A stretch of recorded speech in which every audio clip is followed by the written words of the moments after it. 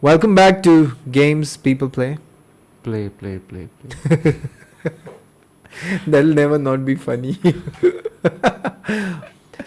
Before we parted ways, I had spoken about having figured out the plans for all my friends in Delhi, in Chennai, in Jamshedpur, And Bombay. and Bombay. Mumbai. But before we actually talk about those plans, let us speak about what leads to these plans, the ISL. Man, I think the ISL has been around long enough for at least for us to know that it did not end up having the impact that we expected it should, right? But then when it began, it had this other feel to it of international superstars coming to India, playing with local players, and this dream that we could probably now forge something that might take us to that next level in football. But that's not what happened. However, let's discuss that dream. You followed the Kerala Blasters closely. yeah, for a long time. I used to actually follow ISL in the early days when all the superstars like Del Piero. I mean, imagine Del Piero played in ISL. Robert Pires, Yes. They played in ISL. If you say that, they'll be like, what? Nicholas Anelka. They played with Nicholas Anelka. I That's remember- something to say, man. Yeah, I remember the name. So these guys played in this league. And I mean, I used to actually follow it religiously, and it used to be a smaller window. It used to be about 3-4 months that Mm, time. mm, And playing every week. mm, Like based on what the IPL started, I think they also started the same way, and it was fun watching it, mm. seeing how Indian footballers playing with world class people. I'm not sure that you can call them in their prime that time, but they were still world class footballers, right? Sure. And playing with them, and I think that helped them also. India were doing well in internationals up to a point, Yeah. so it was growing and growing till I think as fans, I think we also let them down. People of India did let them down.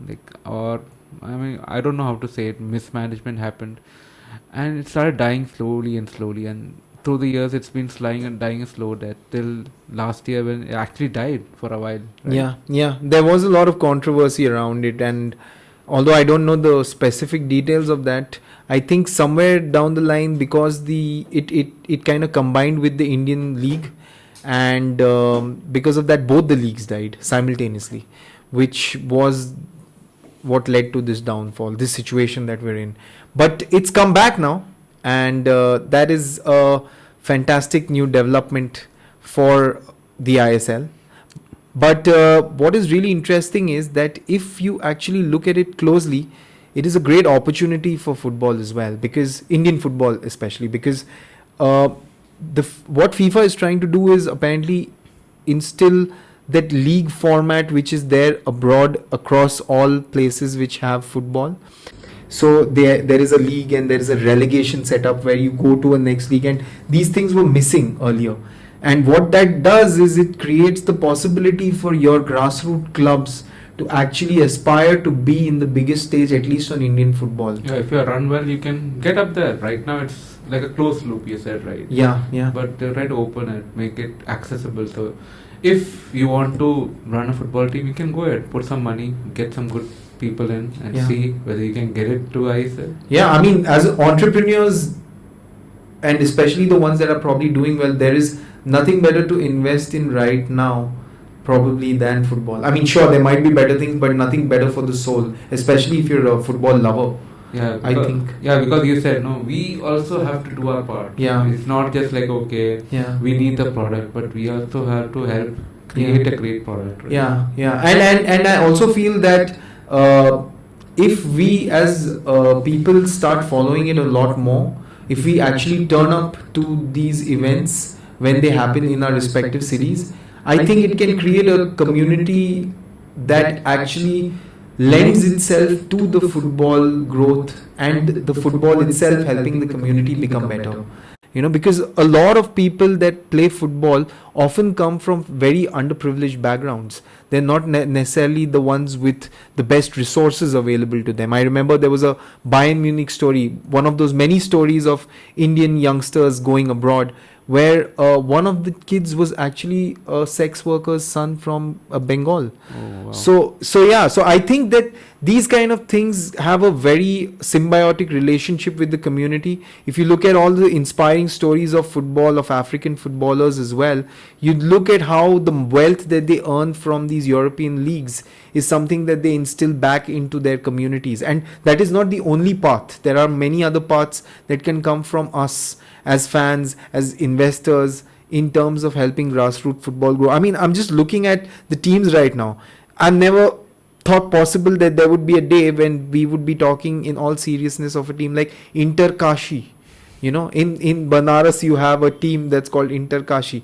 It still seems to be missing a logo update on Google, but it still exists. And there's so many other teams that are actually probably playing in lower leagues that nobody knows about. If we can just support them, this is a fantastic opportunity. The other thing is that because now it has been separated a little bit from the grander corporate powerhouse that was pushing for it, it now probably has a chance to have a more organic growth rather than that superpowered growth that we were trying to enforce into it. And there are people, if you look at it, the stats, you say millions of people follow EPL in India, Yeah, and you would call thousands of people follow yeah, ISL. yeah. So there's enough people. You have to just bring that millions over to ISL. No, but again, I'll sort of slightly disagree because of the fact that I come from Bengal. I've been to these stadiums. Their following is not necessarily small. It is massive, much more massive than we can imagine, at least for some of the clubs.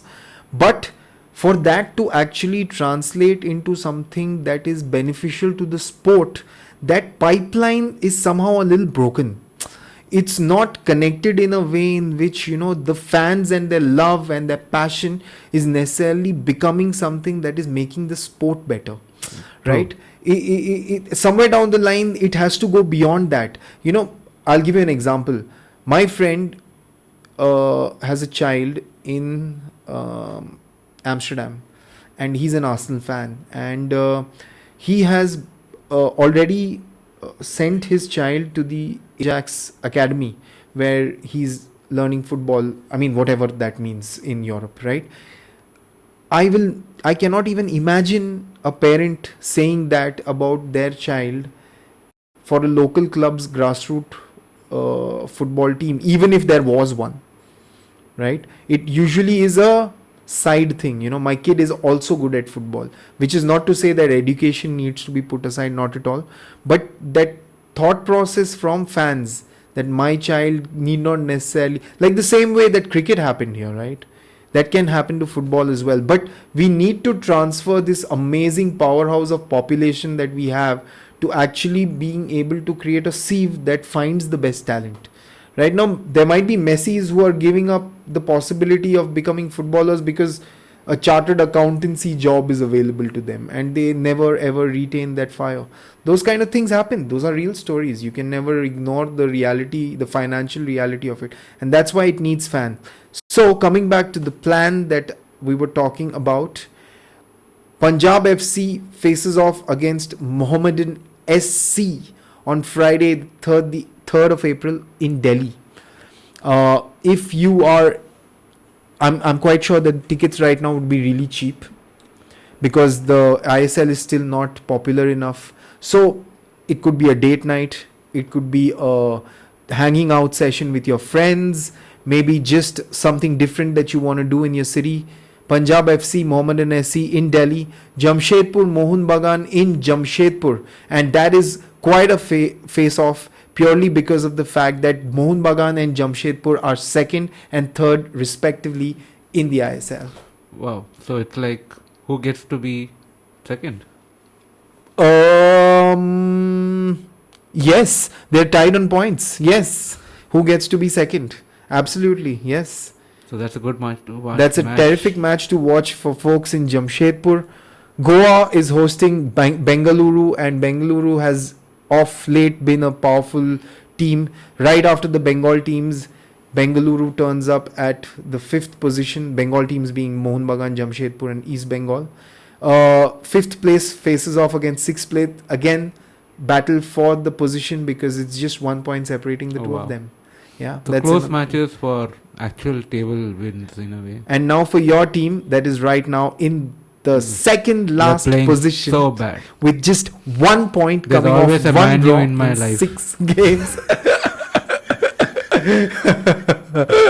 Couldn't have said it better. But yeah, they're playing Sporting Delhi in Delhi again. So that's 2 games in Delhi.